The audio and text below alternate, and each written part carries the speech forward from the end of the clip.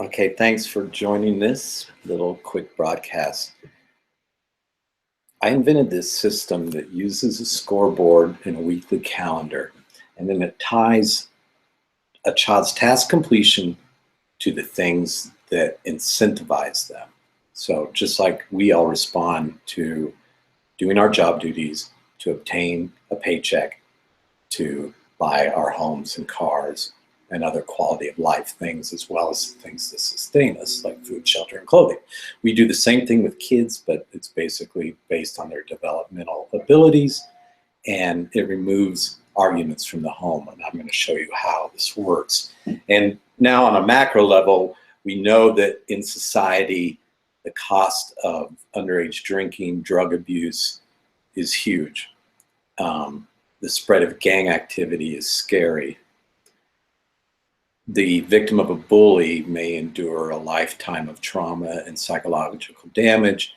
The cost of psychotropic medications is enormous. The cost of psychiatric hospitalizations is up to $1,000 a day or more. And I think it's all unnecessary. But I'm not a doctor, so I need to say that there are cases where medication is important, like for thought disorder or some other psychotic event. So the key is to keep kids safe, but to remove arguments from the home. And you hear people say things like, let's return to having good manners and respect and kindness. And I think we can do that. So let me go in and share a screen with you and show you how it works, and we'll go from there.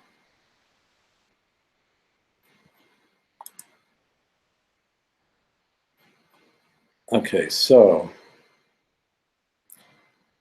first of all, you go to FamilyReferee.com. I won't spell that, but you'll know what I'm talking about. And the first thing you'll do is click on the scoreboard. We're just going to focus on the home. The teacher would have a whole set of things like, did the child show up on time? Did the child bring materials to class? Did the child follow class rules and complete assignments? But here at the home, I'm doing this with a 5-year-old. And let me show you how he did on Monday. We don't just say things like, go clean your room. It's too grandiose of an ask. You want to say something like, here's what I want you to do with the bed. I want toys with toys, shirts with shirts, pants with pants, and the books on the bookshelf. Then we go through maybe one living room chore, one kitchen chore, and what's fascinating is to actually get them to disclose their feelings.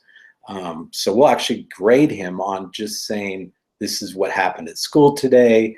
I got sad when no one played with me at recess. And then this is worth double points at the end here, just being respectful. I know that's sort of a general, but you all as parents know what that means. And soon the child will too. And here is the magic of the program, is they're doing these line items to obtain the things they like to do. So before you even set up your list of things to do, I like to get with Soren and say, what motivates you? What are your incentives? So he talked about an overnight with Weston, playing with Leon, a special toy like Ninjagos by Lego, staying up late. And we don't want to use things like food or art or a reading activity or music. Those are part of having a well-rounded personality and good for the right side of the brain. You want, like Einstein said, if you want your child to do well, read fairy tales to them. And he meant that so much of the things we do are based on reading, writing, and arithmetic, but developing a child's imagination is also extremely important. So the grid of privileges are based on how they do point totals for the day equal an average score for the week, links them to this grid of privileges. Just like, think of it as CRM for a salesman. How many contacts does he make? How many sales calls is he going on? And all of that will end up fueling or driving the results that lead to his paycheck. So it's a similar system. It sets them up. It's reality therapy. I always say that things to Soren, like, it's sort of reverse psychology. Like, it's okay if you don't get the points today. It means I don't have to go out and buy you a Lego set. So you're not saying no to the child when they ask for the keys to the car. you just say, well, let's go to the Family Referee and see how your scores are. It'd be just like when you go to buy a bank or to a car, they'd say, well, let's see how much money you have in the bank and what your credit score is.